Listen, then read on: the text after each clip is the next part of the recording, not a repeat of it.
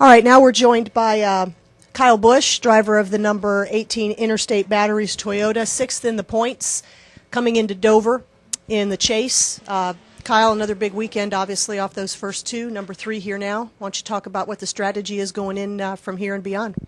I mean, our strategy is just to continue doing what we've been trying to do and, collect some good finishes here and, just be able to let the points fall as they may by being able to run as strong as we can. So it's about all we can control, but look forward to Dover. Dover's been a good place for us over the years, and excited about getting back and returning into the Interstate Batteries colors, where last time we had them, we won at Michigan, so that's a cool part, and, just glad to be here at the Monster. All right, you have questions for Kyle, let us know, please. We've got the wireless mic. Name and affiliation before you ask.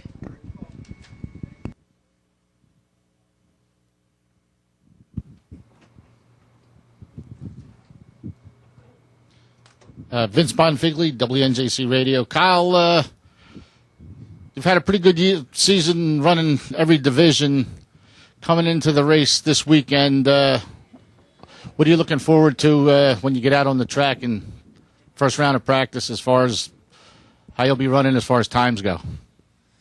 The biggest thing for Dover here is to try to get out here and kind of feel out what's going to happen, what's going to change throughout practice, because right now there's a lot of K&N rubber down, and then what happens with nationwide practice and with cup practice, that's all going to be it's going to make it a bit challenging. You've got to learn what the track's going to do, how it's going to change, and all that stuff. So get ready for all of that, and you just try to get your car set up best you can for your feel that you were looking for to get around this place, and how well it needs to turn, or how well you need to keep the back in the track. Certainly with the concrete surface and the speeds we run around here, we sometimes get going pretty quick.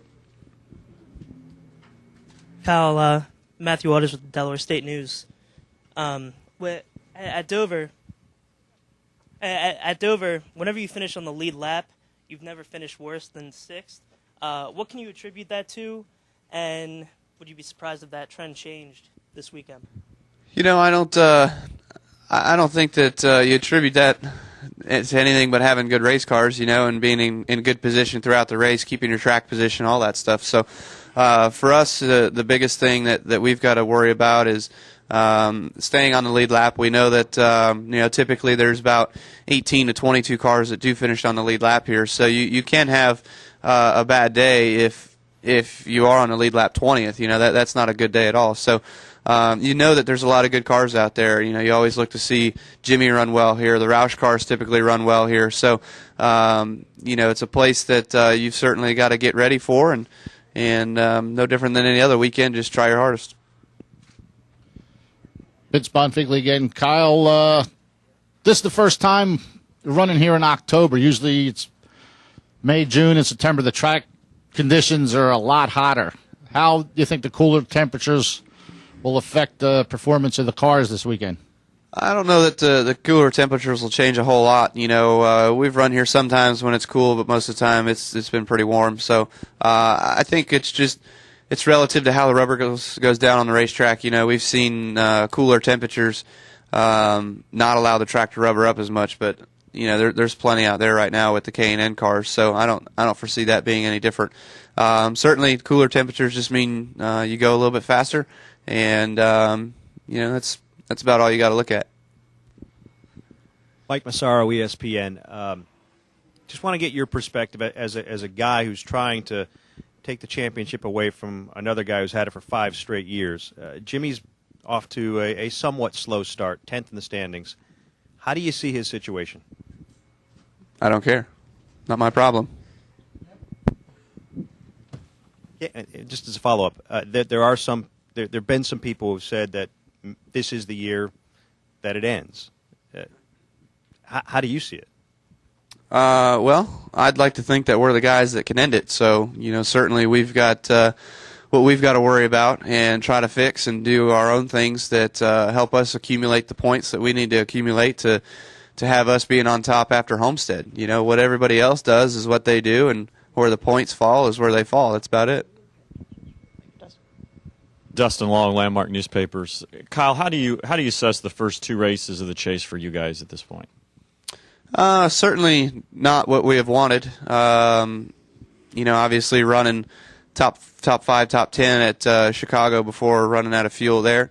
Not really running all that great at Loudon. We probably had an 8th place car. A fuel strategy and everything didn't change throughout the race, but we ended up 11th. And if anybody would have guaranteed me a 10th place finish at Loudon before the chase started, I would have just taken it and gone away. So we lost 1 point to that 10th place finish. So it is what it is, and certainly we know there's a little bit of work to be done, but a couple cool tracks coming up for us that we feel like we can run well at, and we just want to try to capitalize on those and work to our potential to get the most points we can.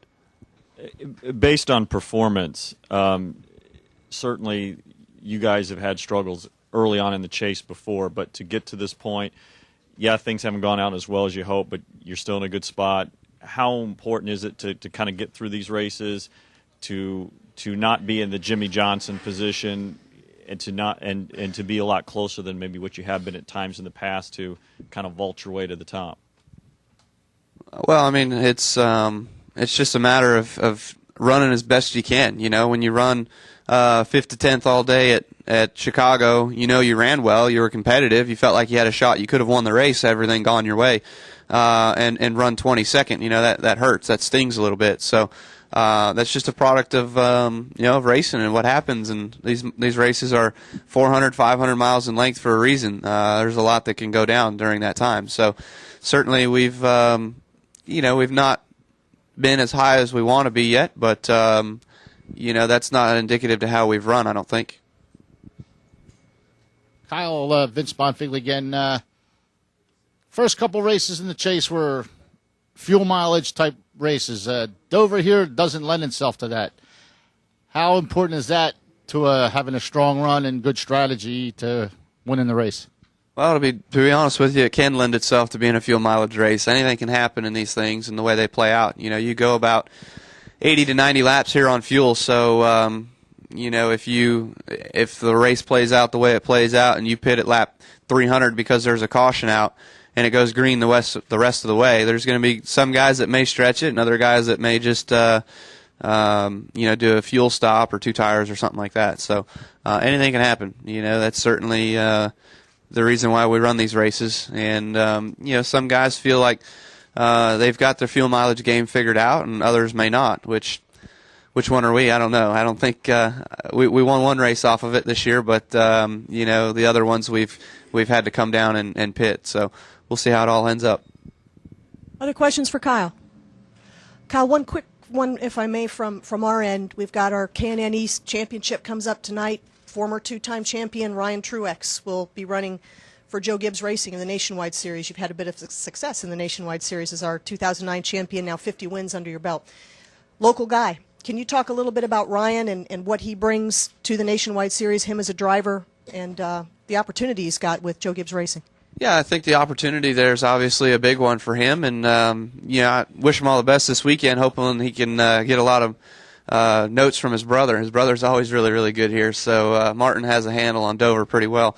But, Ryan's run here in the past with the K&N cars. He's won the championship there and, 2 championships there, and now gets the opportunity to move up into the Nationwide Series. And we've seen him run really well at Atlanta and Richmond. Had some bad luck kind of go his way at Chicago, but still rebounded well and got like a 11th or 12th out of it. So, Dover's definitely a challenging racetrack, but 200 miles here will, that'll get his hands wet at least. Any other questions? Kyle, thanks. Good luck this weekend.